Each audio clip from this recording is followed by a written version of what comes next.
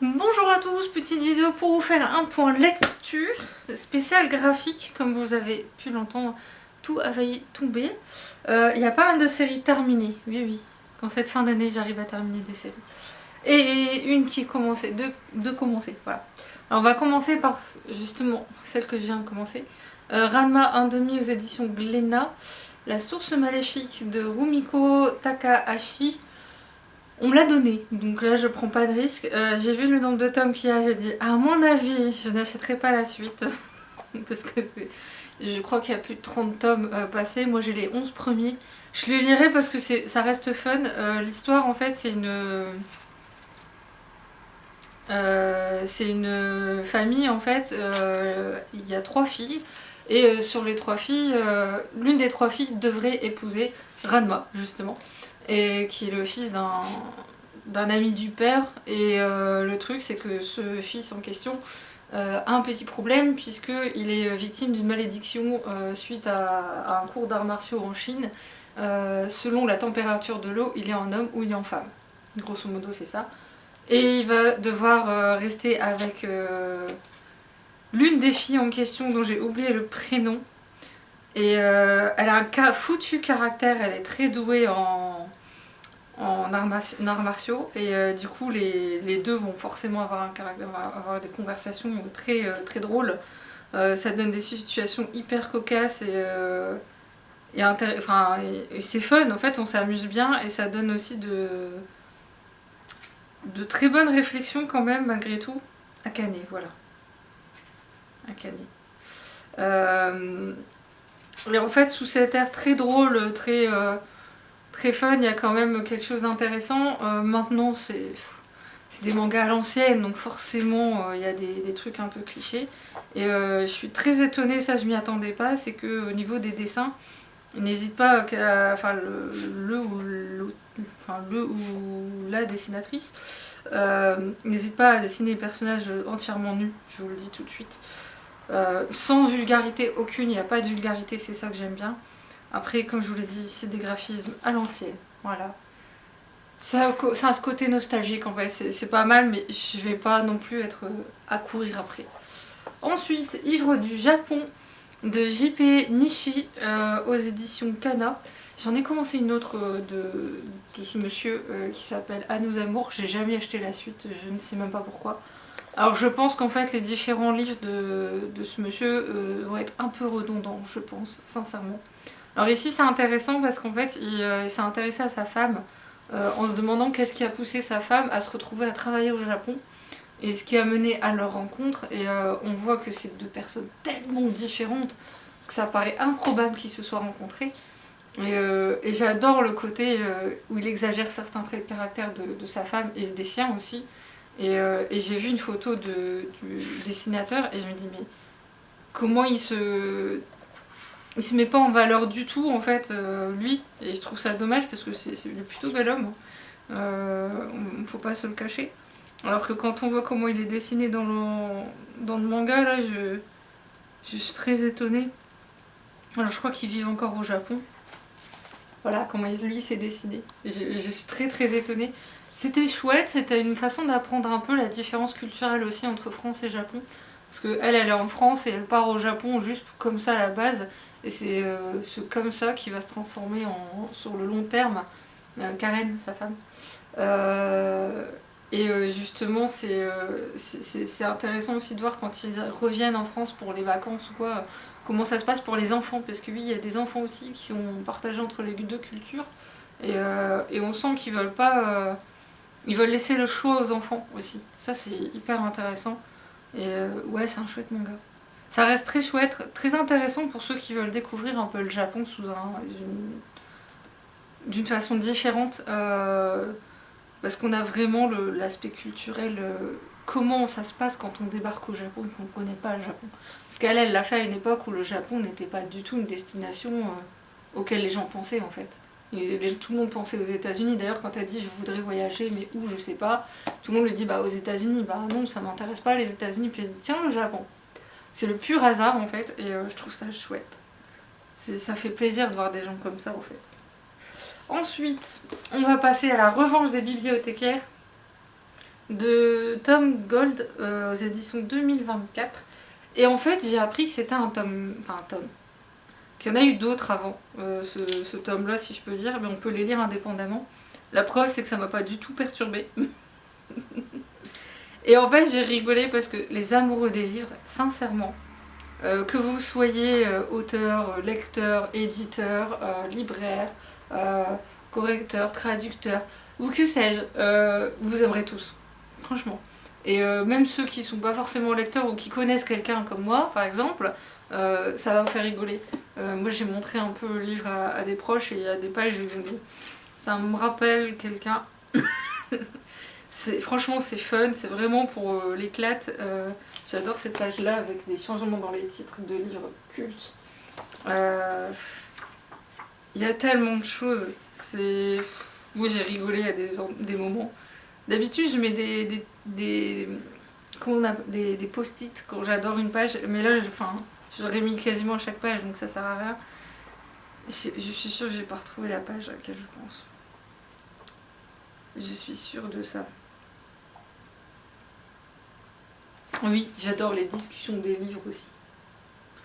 Franchement, c'est génial, j'ai adoré. Neil Gaiman, en plus, qui est en 4ème de coup, c'est marqué Tom Gold est toujours drôle et ses lettres en vous donnant l'impression d'être intelligent.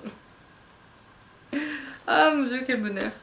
Ensuite, enfin lu, le journal de campagne du capitaine Crapaud, le tome 1, Le pays minier, Kobold, Fée et Charbon, de Arnaud Stouff aux éditions Andrasta, que j'avais acheté en 2019, qui est dédicacé.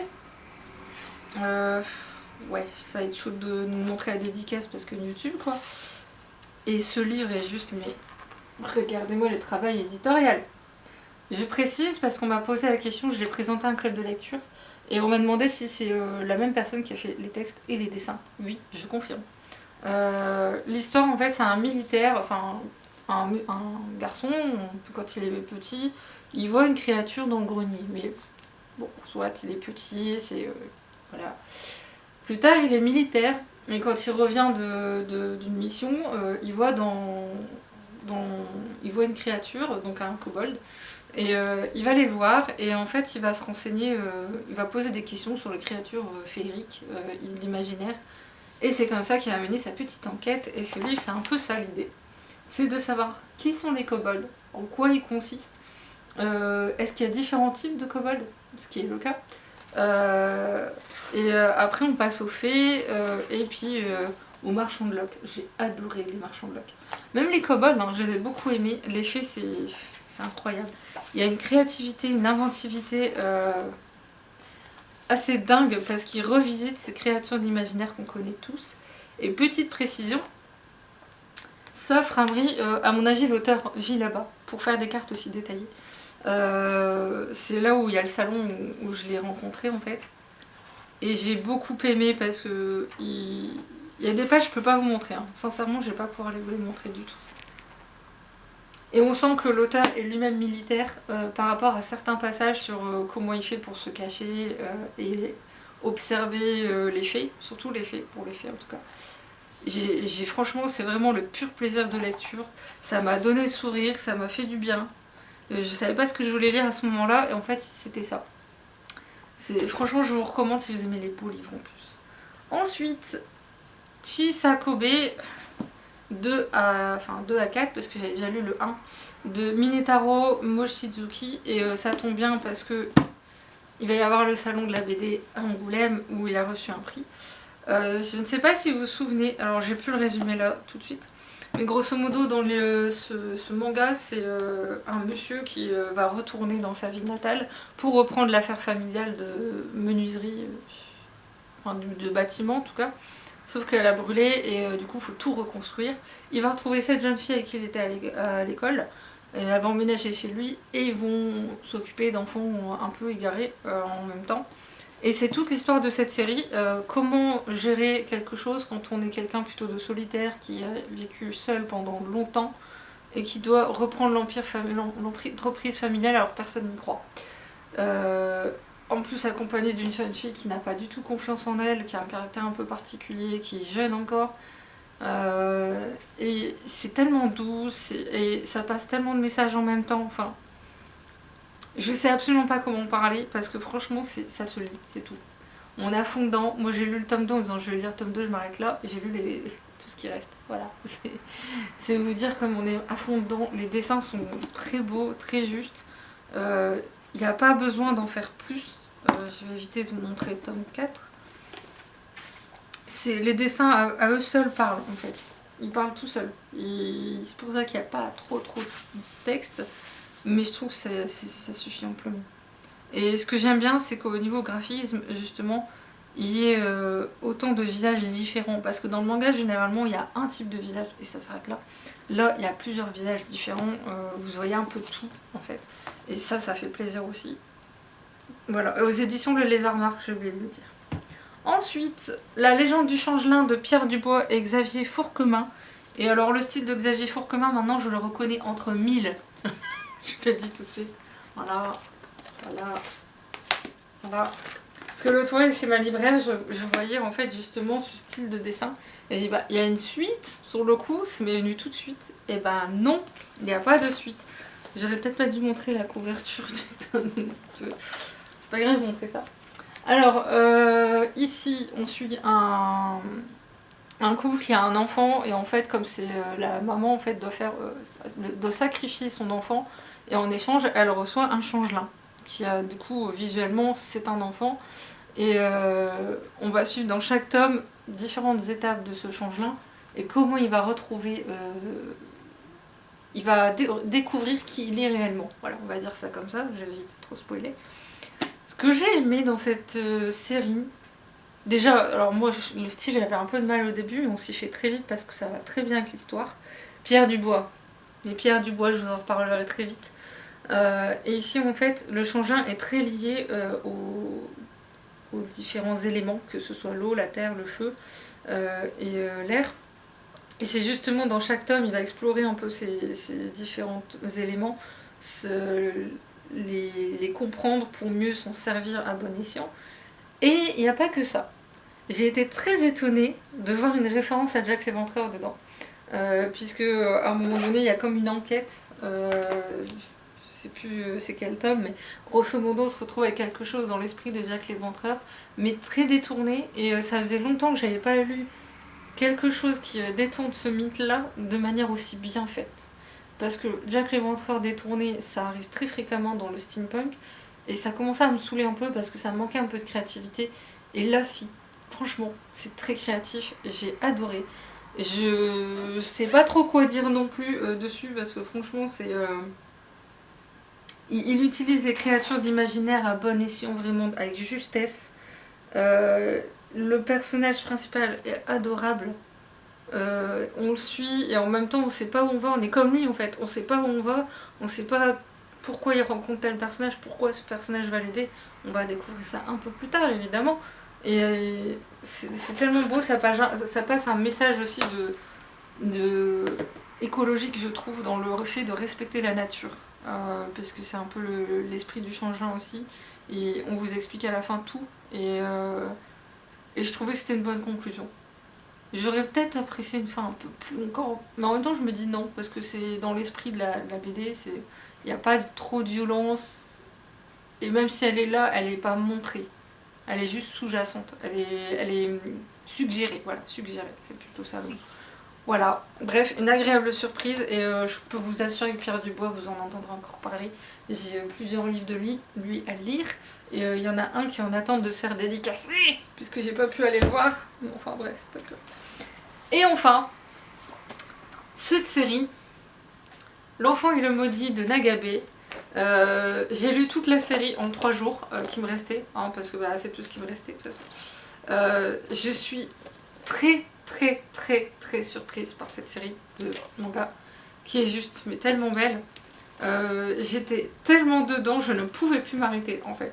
À chaque fois le soir je me disais oh je lis un tome, puis arrivé à une certaine heure je m'arrêtais parce qu'il faut dormir quand même, et sinon j'aurais fini en une fois. Et alors pour l'histoire, pour ceux qui ne se souviennent pas, ici on suit Shiva, une jeune fille, une petite fille de 8 ans qui va vivre avec le maudit.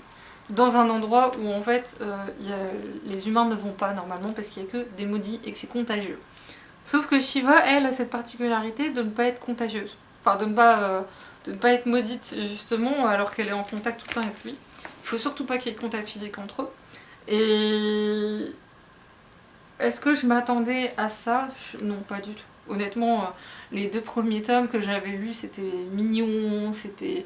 On sent que derrière il y a quelque chose de plus profond, une forme de violence extérieure, on va dire, par rapport aux personnages, je parle.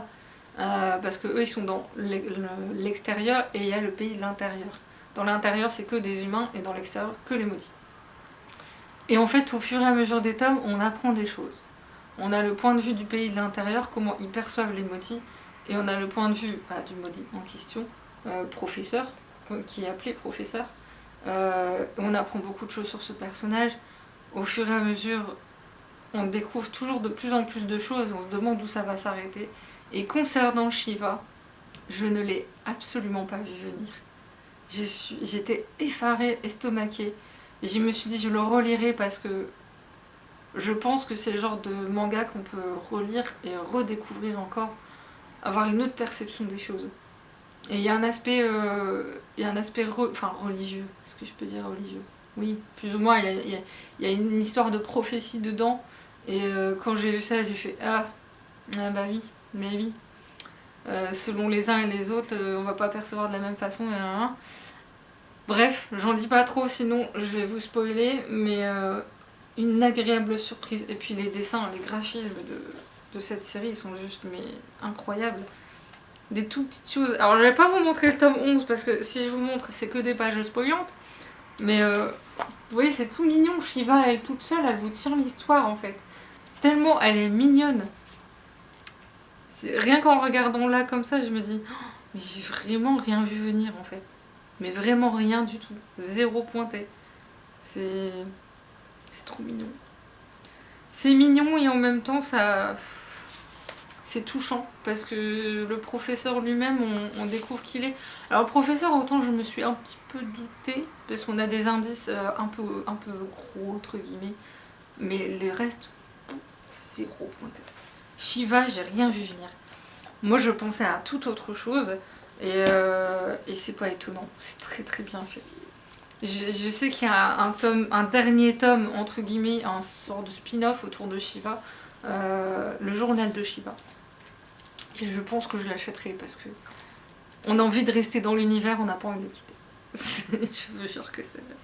J'ai lu d'autres mangas de Nagabe, mais celui-là pour moi reste le meilleur. J'en ai lu un autre qui était ouais sympa, mais pas non plus... Voilà, je l'ai passé à ma libraire parce qu'elle adore ce type de manga.